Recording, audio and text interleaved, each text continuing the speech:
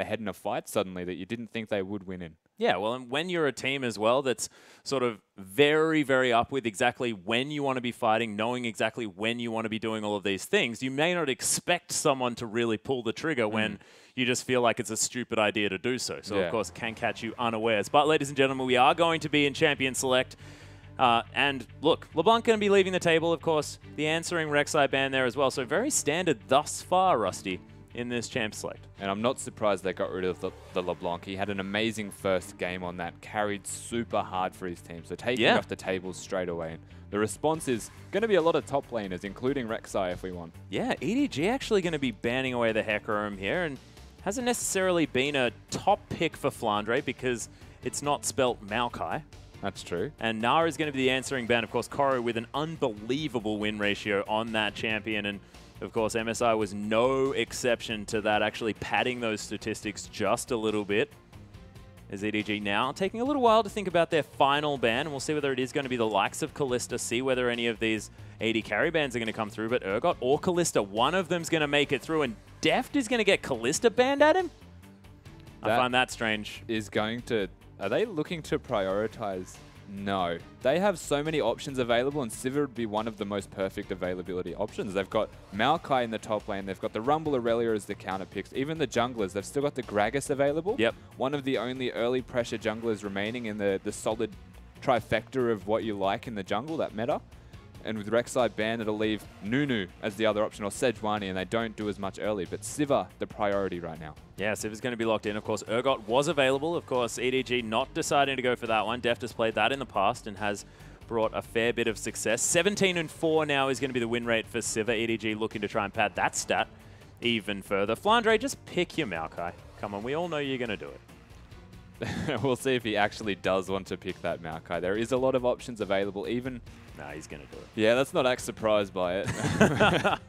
The Alistair being looked at here for Ella, though. Of course, Ella does like to pick up the Janna, but it was banned away, and Flandre moving away from his top lane pick. And we'll see whether EDG are going to be able to pick that one away. No. Oh, he threatened it for a bit. But no, of course it's going to be Maokai. What was I even thinking? Should have kept my conviction. Well, now they've got the Maokai, they've got the Alistar there. That does leave the Gragas open, and with no hesitation, it's going to be taken away. So maybe Snake are rethinking why they are picked that over the Maokai. Azir, another very strong option available. The response in Cassiopeia is going to be there if they decide to lock the Azir in. We'll see what Yu wants to do, and we know that he loves to play a wide array of champions. Oh, and Martin looking to go for the counter pick as far as the AD carry is concerned.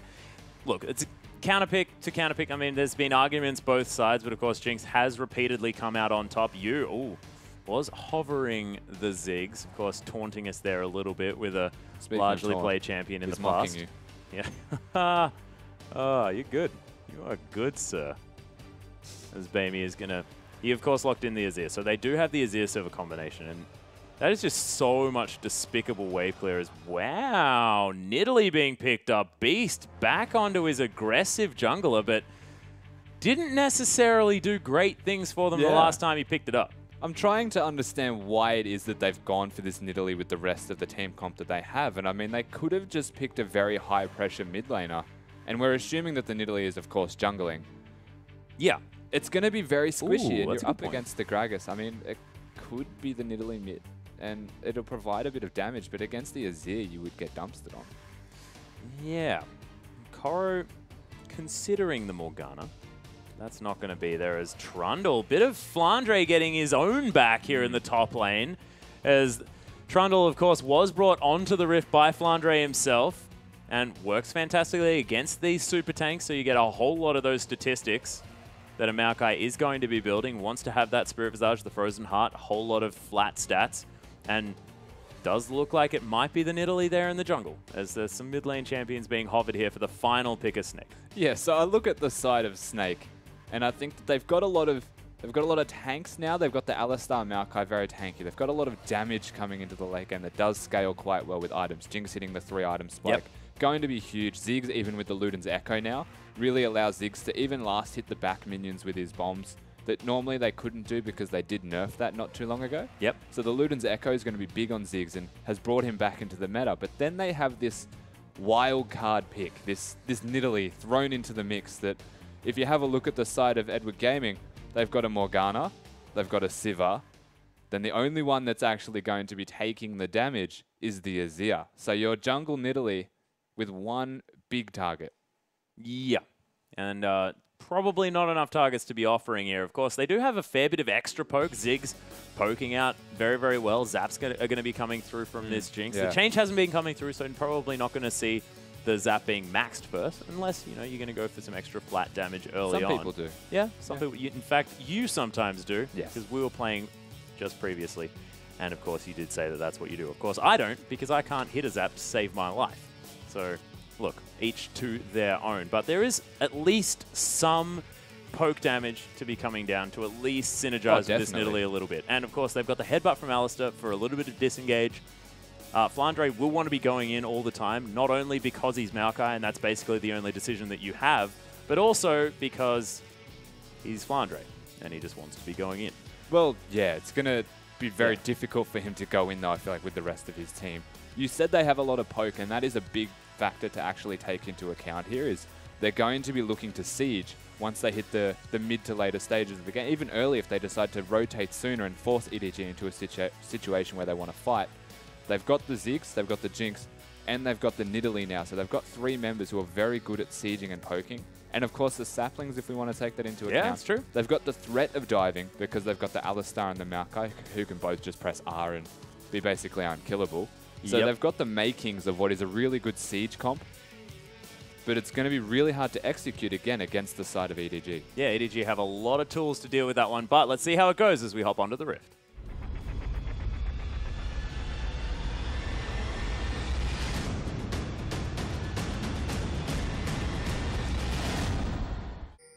And here we are, we're onto the Rift, ladies and gentlemen, for EDG taking on Snake, the one team that seemed to have EDG's number in the previous split. Things have changed up just a little bit, and Koro back on the lineup again. There's Amazing Jay, going to take some time off. Yeah, changing rosters like hotcakes almost, experimenting, I suppose. LPL. Welcome to the LPL, Rusty. This is what we deal with on a daily basis. Yeah, let's not question the logic behind why, but it is early in the season, so they're more than able and willing to do all of these changes. And EDG seem to be the advocates of interesting top laners as we have a Maokai against a Trundle.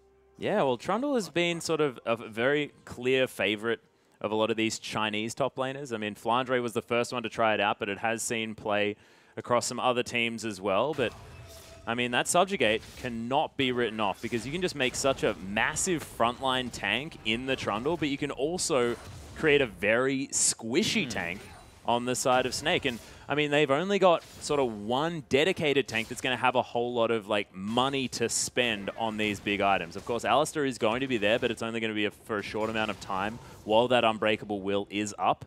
So when you have a single super tank like this, Trundle is so useful. Yeah, definitely. And the Pillar of Filth is a very underrated spell as well, up against the no mobility heroes essentially of you, Beast even, and Martin to a degree. They're all going to be able to... Well, Jinx gets excited, but if you put the Pillar of Filth down, it actually disrupts the satchel charge from the Ziggs, I believe. It can stop the Nidalee pounce if you time it right.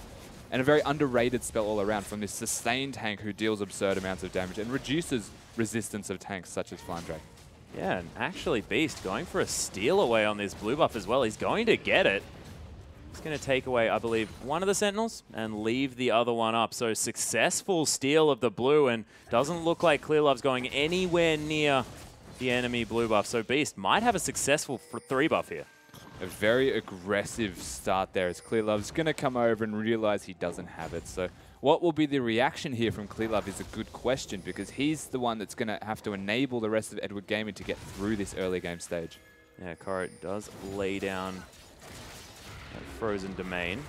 Ooh, Martin's going to get caught by the binding there. Down to about 400 health now as the Rockets are trying to answer the aggression, but the Jinx now quite low on health. Triumphant Roar going to help out as far as Snake's concerned. Martin now having all of his abilities going to help as well as Flame Chompers are going to be useful. Beast going to head back to base and possibly pick up his blue buff now as Clearlove will see whether he's going to head over there and possibly contest for that. But the fact that Snake can rotate their bottom lane towards that blue is going to make things very difficult for Clearlove to get anywhere good for EDG. Yeah, I mean, that's true, but EDG also having control of the lane at the moment by a little bit.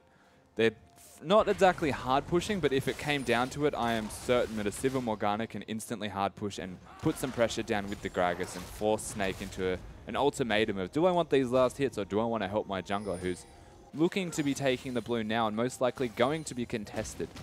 Yeah, and you can see Flandre actually double the farm now of Koro, who has used that teleport to get back to base here. Picked up an extra Doran's Blade to try and weather the storm of this lane, but it doesn't seem to be working out necessarily.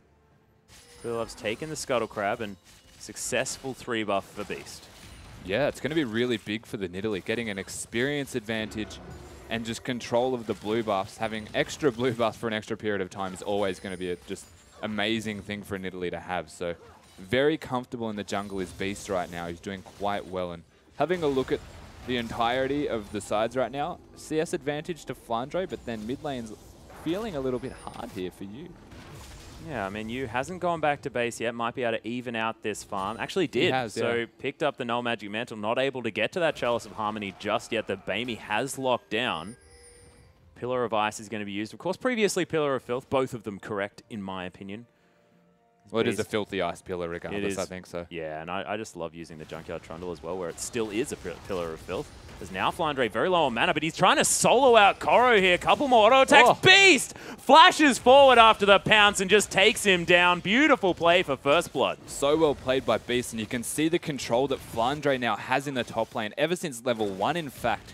Considering that Trundle came to lane with no pots and just the Doran's Blade, very easy for Flandre to capitalize on this, and we've seen how that started to come into effect now. Ahead in items, ahead in farm, and now ahead with an assist.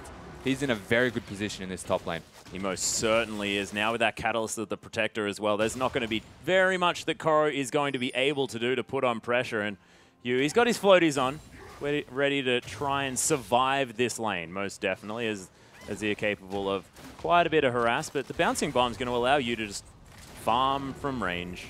And once he picks up either, of course, the Rabbidan's Deathcap or, in fact, the Luden's Echo, that he will probably want to be going for, just have wave clear for days.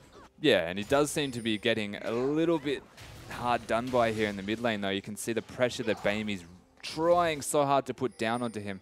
Ziggs is always going to be able to farm. That's the thing. And you've got the bouncing bombs with a very long range that can bounce multiple times to at least allow you to get CS. So he's going to be okay. But he really is getting pressured out, and you can tell it's starting to affect the CS 10 now. And that's a Ziggs behind by 10 CS. Oh, and the camp is on here as Beast is looking to try and get some more pressure down onto Koro. Flandre cheating down towards this brush. Probably assuming that Koro wanted to grab that one, as Subjugate has been used here in the top lane. Flandre losing a bit of his health there as the spear, I believe, was going to land. Beast trying to get the pounce back. Beautiful pillar, though, as the spear is going to be dodged out of the way of, and Koro going to survive to live one more time as the Dark Binding actually lands here on the bottom side. Deft able to throw out a boomerang as well, but you can see farm in favor of Jinx, as you would expect. Did she just tried to spell shield the traps and then they ran out at the exact same time, so not getting the mana and wasting the spell shield. That's a very sad time to be alive as a Sivir right now. Yeah. Jinx really wanting to recall and get that BF sword. 64 CS, might even be able to go for boots or a dagger with it. And this is where the lane starts to find an advantage in favor of Jinx, as Beast is just spear going to land so easily. Beast picks up his second kill, and Koro's just getting camped. Yeah, completely getting camped out. Beast is starting to ramp up, has both of the kills, and Maokai doesn't necessarily need the kills. He's going to be fine with the assists, and the farm advantage that he has, by the way, is a fair amount, to say the least. Yeah, and there's actually the ultimate back here. Yu does use the satchel charge. Nice little alley-oop play there as the tower's going to fall down in the top lane. Clearlove unable to find anything. Was level 6, but Explosive Cast just couldn't find the opening to get that ultimate through. Zap going to lock down some farm here for Martin, as well as the switcheroo helping him out, picking up that minigun form and farming this one out quite nicely. 73 to 72, so Deft and Martin very close, but pretty non-interactive bottom lane thus far. Yeah, again, they're looking to get Martin back to base. He has so much money right now, but Sivir and Morgana putting down an abundance of pressure, really preventing that from happening. But you have to take into account now they're starting to run out of mana. they're going to have to recall sooner or later themselves, or the kill pressure comes out from the Snake side, especially given that Nidalee is now 2-0. It's going to recall and get the Magus upgrade most likely. Be able to go anywhere on the map and going to be massive from here on out. Yeah, Magus Enchant, probably tier as well. Oh, actually just opting for the boots. See what he does pick up instead. Of course, went for the tier last time we saw Beast play, but you have to think that if he's going to be finishing the Magus first, he might just forego that. I'm not sure. How important is it to have a tier on Nidalee? It's quite important because the amount of mana that you go through if you use anything more than just one spell at a time is very high. So you do want a tier, or you'd have to opt for something that gives the mana regen. If you want to go for Morellos, then so be it. Maybe even the Athenes, because you do want cooldown reduction as well with not just the Magus enchantment. But I guess the fact that they've gone for the boots first, they've upgraded the Magus straight away, is a sign that they want to fight now, and what a better time than at a Dragon. Yeah, well, 2,000 gold in the lead. Snake, they are going to be able to secure the first Dragon of the game. 10 minutes almost exactly here. As EDG just let that one happen. Beast's going to get caught by the Dark Binding here as well. Soul Shackles is actually going to go off. Mako looking to try and find something as very, very nice chompers and the weaving of the rocket. Oh my goodness. Speaking of rockets, Martin almost able to take down Mako there with the splash of the Super Mega Death Rocket. If it hadn't been nerfed, may have been able to lock down the kill. Maybe. One of the cuter interactions, of course, though, is that even though Death's spell shielded, the splash still goes off. And doing a lot of damage there to Mako is going to make him hurt. And this Nidalee's hanging around, has chosen a lane, and likes to sit there until there's at least 2 kills, apparently. Yep, does seem to be the factor here, but isn't going to be able to lock down that pink ward.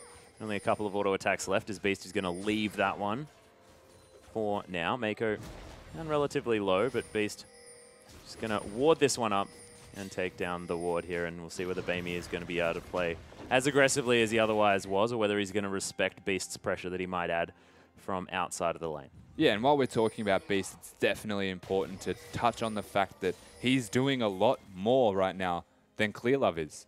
And that's a big deal because we mentioned this in the pregame. They really need Clearlove to start ramping their side up, get them accelerated to the team fighting stages. And at this stage, it's looking like the siege that Snake are going to be able to put out on the back of a 2-0 Nidalee, the fact that they've got a Ziggs, and they've got the Jinx with the Zap, who They've got a 40 CS lead on their Maokai as well. Yeah, that's going to be a big factor in not dying and being in front of the poke. Yeah. Like, their siege is going to be disgustingly high, and if it continues in this upward trend, that's a lot of damage, though. That is a lot of damage. Unable to quite commit to the all-in here, as Martin stunned up for quite some time, but not going to really find too much from it. Beast now waiting in the wings once more, and we'll see whether the Dark Binding is going to land again, maybe as a bit of a bait this time. He really has a tense setup when he chooses a lane, doesn't he? Yep.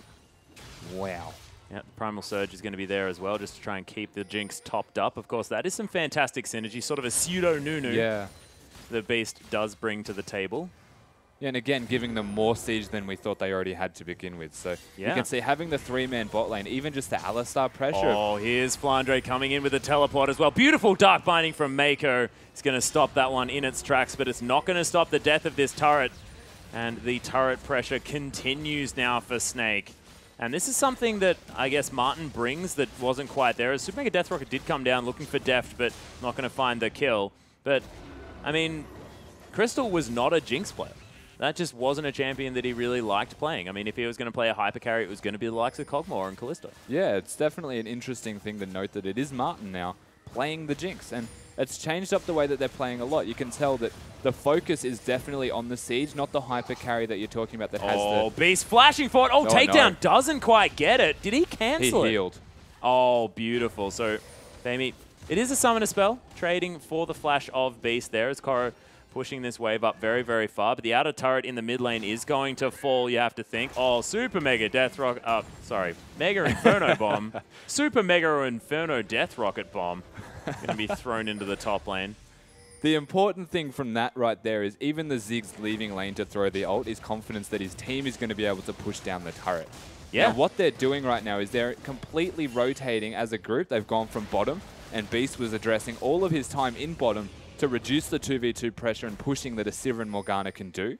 So they've kept them back at the turret. This allows the Jinx, who's now getting the heal from the Nidalee, the Alistar, who can be in the front line and have that dive threat.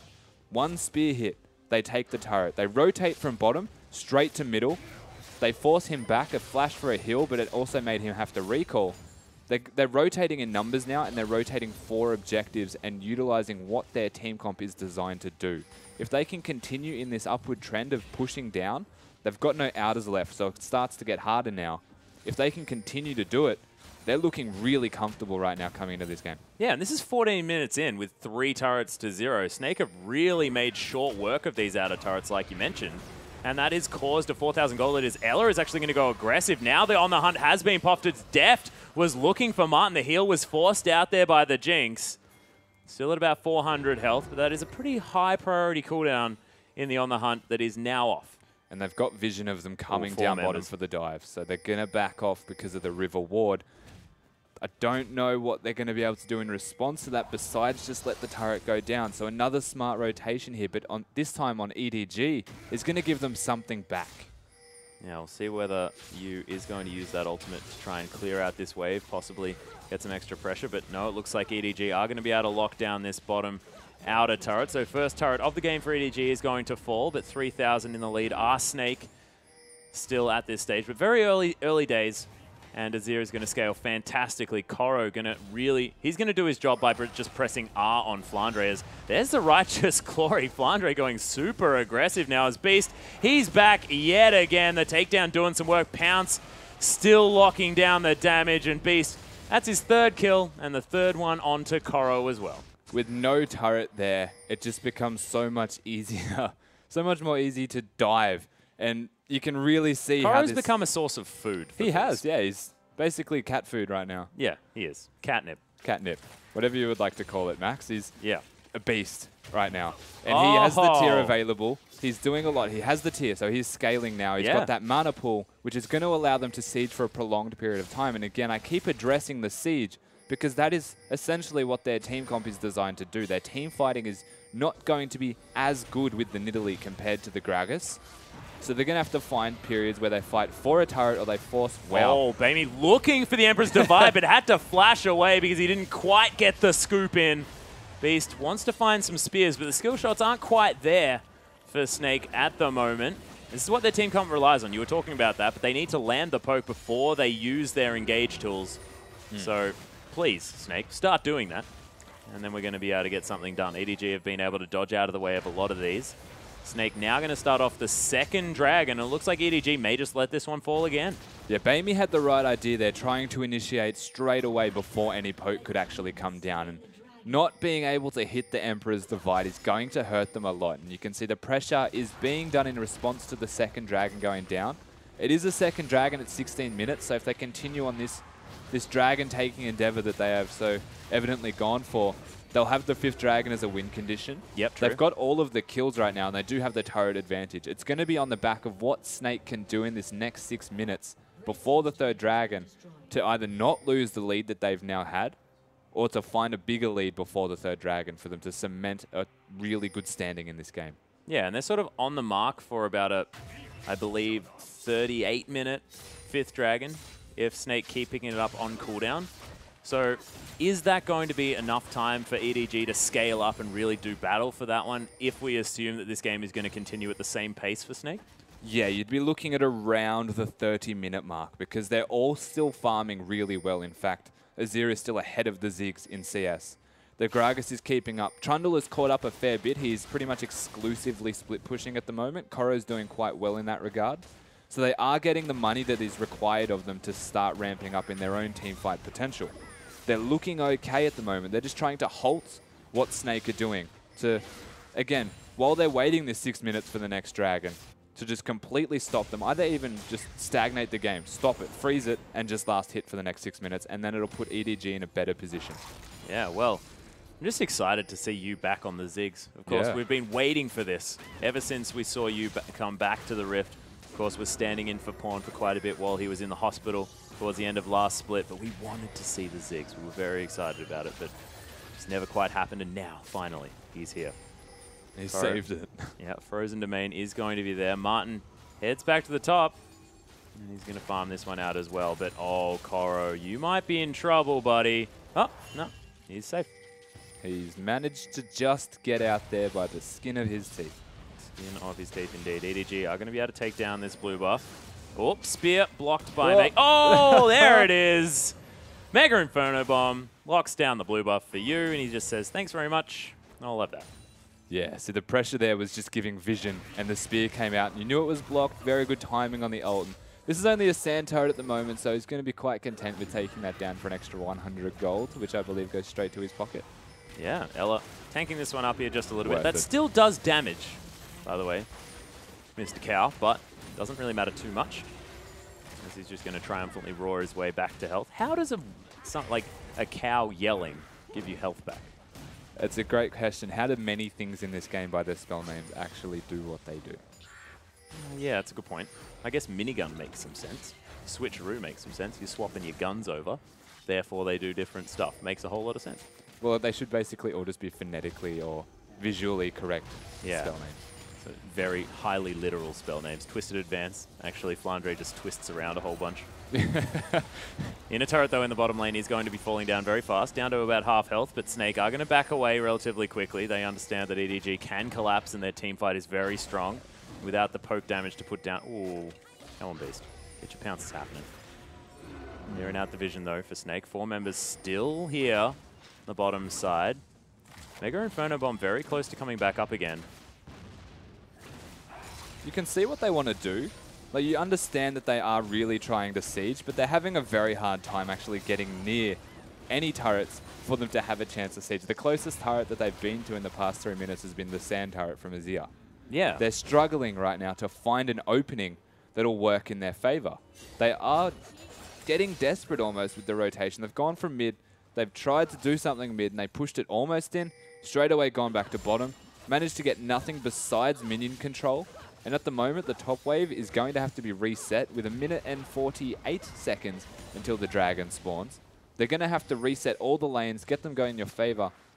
And I'm guessing they're going to either fight for this dragon. That was really cute. Sneaky little bouncing bomb. They're going to have to fight for the 3rd dragon as EDG. And unless they want it to be okay as a win condition, it is only the 3rd dragon buff, and 5 is the number that you need. It is the magic number. So they do have about 12 extra minutes of time if they choose to sacrifice this one. And they're starting to ramp up. They've almost got what looks to be either a Luden's Echo or a Zhonya's for the Azir. They've got a Spirit Visage and the Tiamat on the Trundle, who is now getting very tanky with that ultimate.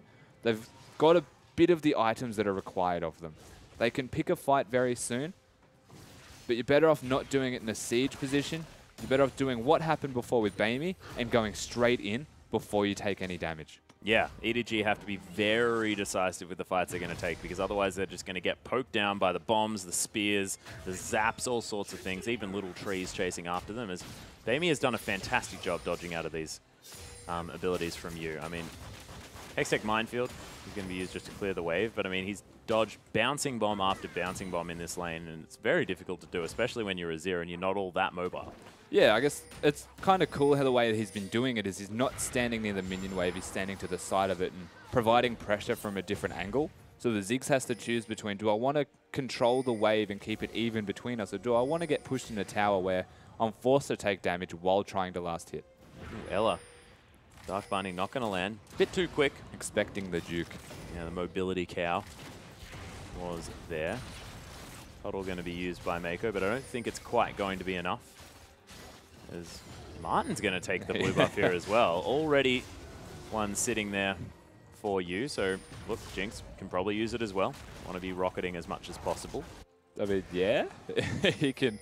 I do have questions as to, they've got the Nidalee there. Why not put it onto the Nidalee? She wants to stack the tier quicker. Yeah, good point. Throw out spears that'll be doing a lot of damage. I mean, Zap does take a lot of mana, but it doesn't really compare.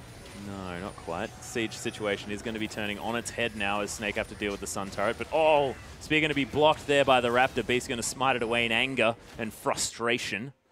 It is going to be locked down. EDG now with a bit of control over this Dragon, as the Sun Turret is going to be dealt with by Snake. Now it's going to be started off. Clearlove and Deft have already got it down to about half health, but Snake, they don't want to give this one up without a fight. They're trying to take down as much as they can. There's the Righteous Glory. Beautiful Dark Binding, though, as Mako is going to be able to stop that engage. And Snake get the Dragon taken from under their nose. That was almost too easy there from the side of EDG. They just put down the Sun Turret. They rotated and controlled the vision from where they were in mid, where they were taking the turret, all the way to the Dragon. They put it down so quickly that there was no way for Snake to get there in time without fighting, and the Dark Binding just completely disengaged that opportunity. Yeah, Mako has landed so many of them as well, as now EDG is a 5-man unit. Gonna have to deal with the rotational play of Snake. They're moving around, stealing away another blue buff here as well, as Yu is finally going to be able to lock that one down. EDG now pushing on the inner turret in the mid lane, but what are Snake going to respond with? It looks like they're sending multiple members top lane, but there's not really too much to gather from there, as EDG seem to have outmaneuvered Snake a little bit here, as Baron was actually started. Oh, Yu's no. being caught out, is forced to flash over. Oh, There's what? the Dark Binding, somehow managed to get in there, as the creep blocking of the Krugs, very rude, gets both of the summoners of the Ziggs. So they forced them around the long way. You can see it's absurd that EDG have the vision on the top side of the map where they do in Snake's jungle. Yeah. But they have so much control of that area. The Morgana over there with the bindings and just the threat of where the rest of EDG were besides the Sivir forced them the long way around, allowed them to get some control of the area. In the end, it forced out a lot of Ziggs' summoner spells, in fact, all of them. Yeah. And it made them in a much more comfortable position where this comp, who has been designed to siege here on the side of Snake, I can't see it team fighting too exceptionally without getting the poke down first. They're not being allowed to do all of this because EDG are rotating smartly and quickly before you can react. Yeah, and Koro now has caught up to 10 CS behind Flandre as well, and Trundle has just put himself out of the game. Just said, I'm going to sit in a side wave and push this entire time, and that is going to be fine. Beast notices that there's a ward down.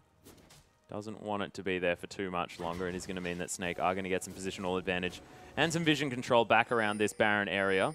Do have a whole lot of Baron damage. Jinx is something that is going to be able to be used for that very effectively. Nice double barrel. Zell is going to triumphantly roar them back up to health again as well. Decent amount of sustain for this team comp at the same time. Of course, Martin's going to have some life steal, but Ella with the Triumphant Roar, you got Primal Surge, you got Flandre's passive there at the same time, and Yu's going to be trying to stand as far away from EDG as he can. So Snake might be able to keep... These bindings are just ridiculous. Yeah, Mako's... I want to know his accuracy on that ability, because he's hit a large majority of them. He would be upwards of 90%, I would imagine, at this stage. A lot of bindings connecting, and Koro not exactly surprising me right now with where he's standing, and that's in a side lane by himself. Last hitting minions. Yeah, pushing it out as quickly as he can. Of course, Flandre continuing to stay ahead in farm as another Sun Turret is going to come out from Baimi. Just creating control, and it looks like this Azir seems to be an answer to this comp. It seems to be just forcing Snake to... It's kind of cool how the Sun Turret denies any chance of them sieging anywhere, and it's actually keeping them so far back.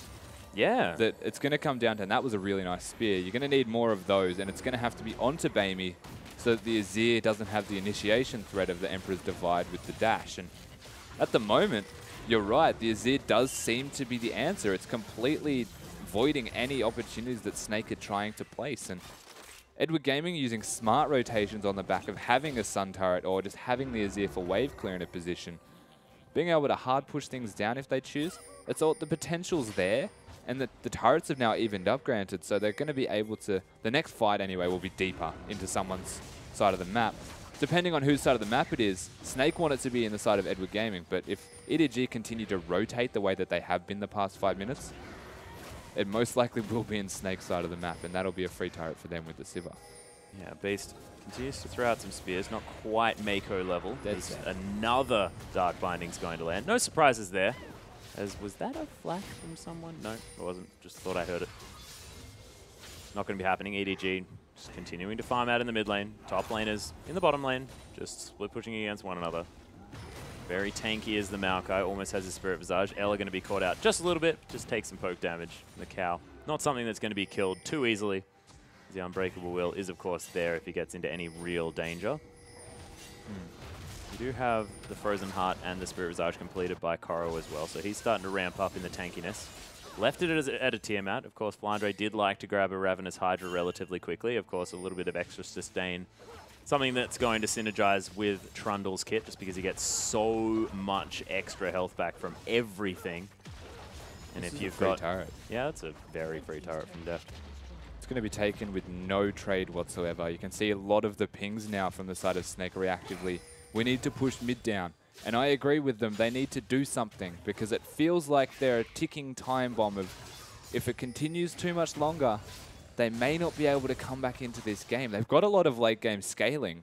They do a lot of damage late game, but if you have a look at the team comps in a 5v5 situation, it's starting to feel like Edward Gaming are outscaling them. Yeah, and look, Edward Gaming just have so much extra vision as well. Snake only have about 3 wards on the map at this stage, 4, if you include that one in the Baron Pit as well. But EDG know exactly where Snake are. They're able to answer all of the pushes and make educated decisions as to where to be to allow them to not get pushed out and pick up objectives when they can. And we saw Deft capitalizing on that just before. Yeah, the fact that Civic can go to top that deeply, not contested at all, take a free turret from full to nothing, as Mako hits another one. Yeah, another binding. Look at the auto attacks there as Wow. well. Deft actually flashes over, picks up the kill onto Beast. Clearlove very, very low now as the Emperor's Divide going to be used just to try and get Flandre out of that fight. A lot of low members of EDG, but look at the damage. Koro finds his way in the backline as well, and with the Subjugate soaking up so much of this damage, EDG just turn it on when they need to, and that Emperor's Divide from Bamey was stunning. On the back of Mako hitting another bind. Another one. Siva flashing over the wall, getting the attack reset and critting almost both times, I think. Destroying what was left of Nidalee's health bar. Continuing that, the advantage they now have from having no Nidalee available. All Snake was able to do was disengage, but EDG are better at catching them. Another amazing boomerang, clipping the end of Maokai as well. You could pick up a quadra kill here. There's no ult, he just used it earlier. Yeah. Oh, tries to steal it away, but doesn't quite get there. In fact, Bouncing Bomb's not quite finding the targets they were looking for as well. Pillar of Ice going to stop any follow-up in EDG. They lock down the Baron. They've got their favorite objective in the whole wide world. Yep. A dragon is available, so they're going to take that one. It'll be 3 dragons to Snake once this one goes down. They've got something to hope for now, but it does feel like the lead they had was completely wasted on needless time wasting. They needed to give it a go at the very least, have a good attempt at sieging down and utilizing what their team comp seems to be designed to do, but they may have a different idea of what their team comp is designed for. But if they manage to get sort of the next 2 dragons, which is what they need to get to the 5th, then it's going to put them at about 48 minutes into this game. Yeah. 43 minutes, sorry. So it's just not quite enough, and here's the replay. Look at the damage that Siva just did there. Crit straight away. Ella and Flandre now the 2 tanks with nothing to actually support them, so they're just going to feel the slow death. And look at this boomerang too. Right at the tip. Just the tip. Destroying them, and the rest of the side just left to run away. Koro doing a lot of work right now for his side. He's a tanky, relevant member, whereas it feels though the Maokai and the Alistar, Flandre and Ella are doing all that they can, but there's no team to back them right now. No, and all of the kills now on Beast here, and of course, if he's removed straight away, which is what has happened, then he's not going to be doing too much and can't clear out this minion wave. Koro just ignores the Nidalee now and takes down the inner turret. So that's another easy one for EDG. 5 turrets now to 3 in favor of the championship side from MSI. And it just seems in this long game, EDG just have so much more control, so much. The decision-making seems to be right back in their favor as well, with Koro back on the lineup. Yeah, definitely. And despite the fact that Koro, he's legitimately fed in the early game. He was feeding, Yeah. flat out. But now he's ahead in farm, and he's just doing exactly what he needs to. He's on Trundle, he just needs to press Subjugate on Flandre, and EDG just out-comp this team. In a way, I agree with you. There's still the possibility that Snake can do something, but at the moment they're starting to get bled out. Deft is doing a lot of damage to these turrets. The Spell Shield, the Morgana Black Shield.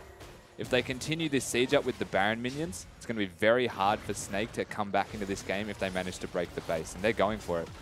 Yeah, and you can see Bamey as well, just able to zone away with these Sand Soldiers. Snake looking to try and get in there, but look at the Pillar of Ice, just stopping it in its tracks completely. The disengage from Koro, that was beautiful. Yeah, I mean, there's no answer right now from Snake. I'm trying to think of a way that they can come back into this game, and if it doesn't involve them sieging a turret, which I have mentioned so many times, is because it's basically all that they can do. They've got the late game scaling that is probably matched with EDG, but they do feel out-comp. They've got a lesser team fighting comp, and up against EDG, who, when it comes to late game team fighting, they're very good at it, but that also seems to be something that Snake are quite good at that they aren't utilizing right now. Yeah, well, it's not something that they've really figured out with this particular comp. And I mean, he's on sort of the counter-siege expert in Ziggs, able just to wave clear all the waves, try and get them all out of there, but just wasn't able to take down the Baron minions quickly enough. Well, if I was to coin this game anything at all, it is 2 to 3 in kills. So there's absolutely no kills across the board here, and we're 34 minutes into this game. It's come down to rotational play and map control. And if I was to tell you which side had more map control, it would be EDG by a mile. Landslide. A landslide. They've got so many wards controlled everywhere. Even if they're not on that half of the map, they still have 3 to 4 wards there for no particular reason that become relevant in 2 minutes' time. EDG are on top of their control of this entire map. Snake have no real response, only really having about 3 or 4 wards down at any one time at the moment. Starting to struggle, and the fact that the control is so heavily in the side of Edward Gaming, they've used that and capitalized. Sivir being able to take towers solo in the top lane is the perfect example of control of the area. If a Sivir feels safe by herself, you know you've got control of an area. Oh, yeah. So short range, of course. Does have the On the Hunt ready. EDG are able to start a fight if they want to. Teleport available from Koro, so you can head down from that top lane. You probably shouldn't be taking too many of those Sun Turret shots. He just wanted to test how much damage it dealt. Yeah, Deft actually using the spell shield a bit preemptively there just to make sure that he doesn't get twisted advanced, and Sun Turret continues to do the work. It's Bamey able to set up the mini ARAM here in mid. Flandre wanted to clear out this top wave. So EDG gaining positional advantage around this inhibitor. Loses about half of its health now as Deft very, very aggressive. Throws out some boomerangs. Oh, Ella, aggressive moves there. Unbreakable Will has been popped, but EDG just going to back away, utilize the time that they have, stall out the ultimate, and then start again.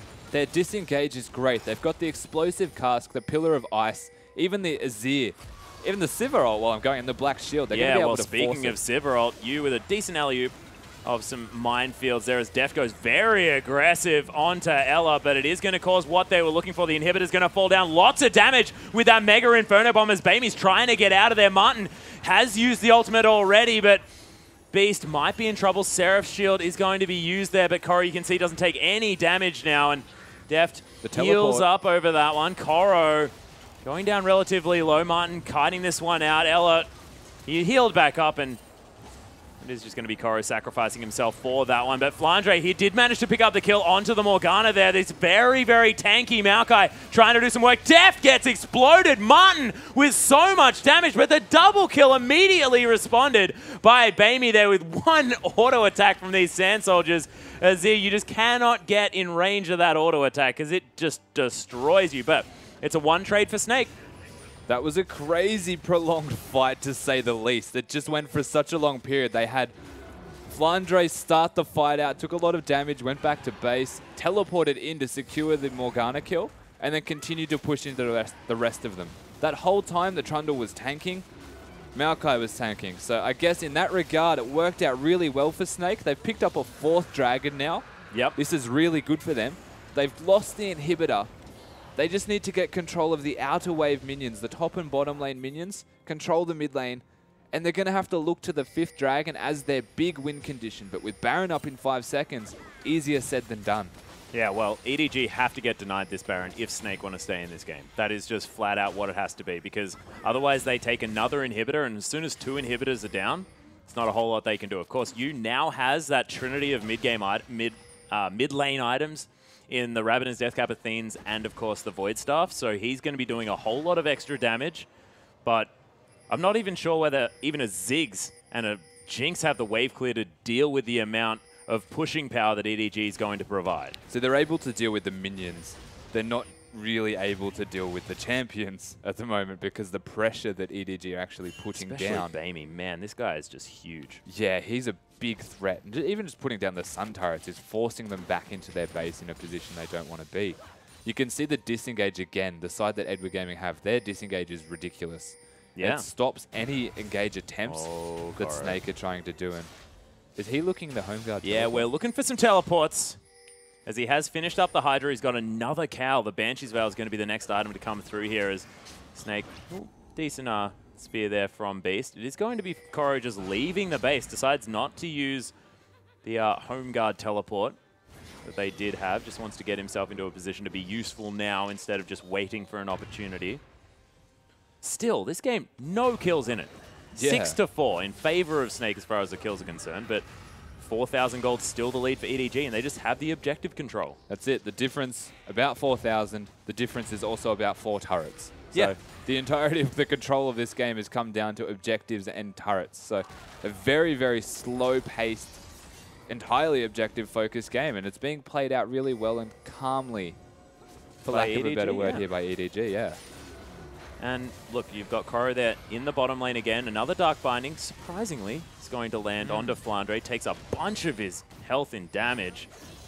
And you can see you as well actually used that heal. Deft going to pop the ultimate now as well as Flandre. The super tank is going to go down super low. He's dead as Bamey locks down that kill. And Snake have lost their one super tank without Koro even being there. He's going to take down the bottom inhibitor turret as well. EDG just systematically removing objectives off the map. Mako just going to tank up the spear because he just doesn't care at this stage. And second inhibitor going to fall down. That's in the bottom lane. EDG, Baron on a silver platter if they want it, but they may just push in because Bamey wrecking people on this Azir. His Azir player has been fantastic. Top lane inhibitor turret, it's going to fall down. Spear going to pick the gap in between these EDG members. Third inhibitor falls. And look, Snake just don't look like they can play this controlled, poke-styled game. They look like a team that wants to be team fighting, and they're unable to do that with this comp. You said it. They're looking to siege with this comp, but what they really want to be doing as an actual team is fighting. So it doesn't feel right. It doesn't fit them. It just doesn't suit. No. But in saying that, they're still up in kills. They've got the chance of coming back into this game. You have to take into account that the Nidalee now has the Void Staff and will be doing a lot of damage to priority targets. Yep. They're going to be able to at least stop the Baron from going down right now. Because 3 inhibitors are down, if they don't get this Baron, it's going to be game over for them. Yep, the desperation Baron play here as you has to use his satchel charge to get him over the wall. There's the Emperor's Divide, just going to stop this fight from moving in a position that they want to, but that's going to be Jinx falling down first. Bad news for Snake here is EDG turning it on. And oh my goodness, Flandre tanking up Deft forever. He's just going to systematically move throughout this team, rip people apart, not to mention Bamey as well is just doing so much work. Inhibitor in the mid lane is going to fall, respawn for Snake, but EDG now with everyone dead on the side of Snake, apart from Beast and you. EDG just going to move forward with the super creeps and possibly just end this game. Well, they don't need the Baron. They've got the advantage of about 3 members right now, except Mako, who just conveniently goes down to a spear. But it seems to me as though there's no way for them to stop this push right now. EDG looking exceptionally strong in their objective control and slow-paced gameplay, which is not really akin to what you're used to seeing from them. You like the team fights that Edward Gaming put through, and they've just dismantled Snake. Yeah, cool, calm, and collected, and Snake